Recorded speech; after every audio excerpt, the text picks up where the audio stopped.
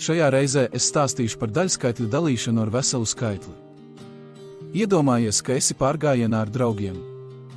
Vakariņās katrs apēdāt 1/6 daļu picas gabalu, un šodien brokastīs jums ir 2/6 daļas picas. Tagad atlikušais jāsadala starp 4 ēdājiem vienlīdzīgās daļās. Vērtībai 2 sestdaļas saīsinām uz 1/3 un dalām ar 4. Šobrīd esi uzmanīgs, mēs saucēju reizinām ar 4, jo daļas saucējs parāda, cik daļās ir sadalīts veselais, un iznākumā ir 1/12 daļa. Tātad katrs no jums brokastīs apēdīs 1/12 no vakardienas picas. Vēl viens piemērs, šoreiz dalīsim arbūzu. Iedomājies, ka tev ir 4 arbūza un tev tas jāsadala 4 līdzīgās daļās starp ģimenes locekļiem. Tātad 1/4 daļa dalīt ar 4 ir, tagad mēģini atcerēties to triku, ko mēs darām ar saucēju, ko rādīju iepriekš, tad turpini skatīties. Ceru, ka mums sakrīt, tātad mēs saucēju reizinām ar 4 un iznākums ir, turpini, kad izrēķināsi. Ir 1/16 no arbūza katram. Ko mēs vēl neesam dalījuši?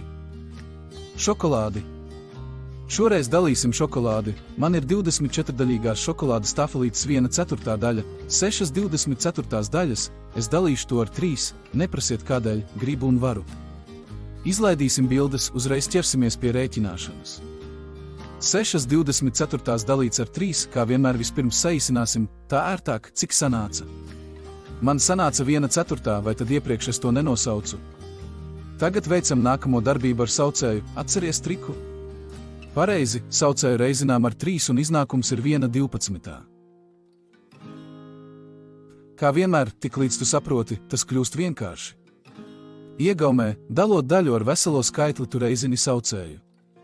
Atceries, daļas saucējs parāda, cik daļās veselais ir sadalīts, tādēļ, jo lielāks saucējs, jo vairāk daļās ir sadalīts veselais, un, lai arī sākotnēji reizināšana dalot var likties neloģiska, reizinot saucēju mēs padarām daļu mazāku par tik reizēm, par cik gribam dalīt.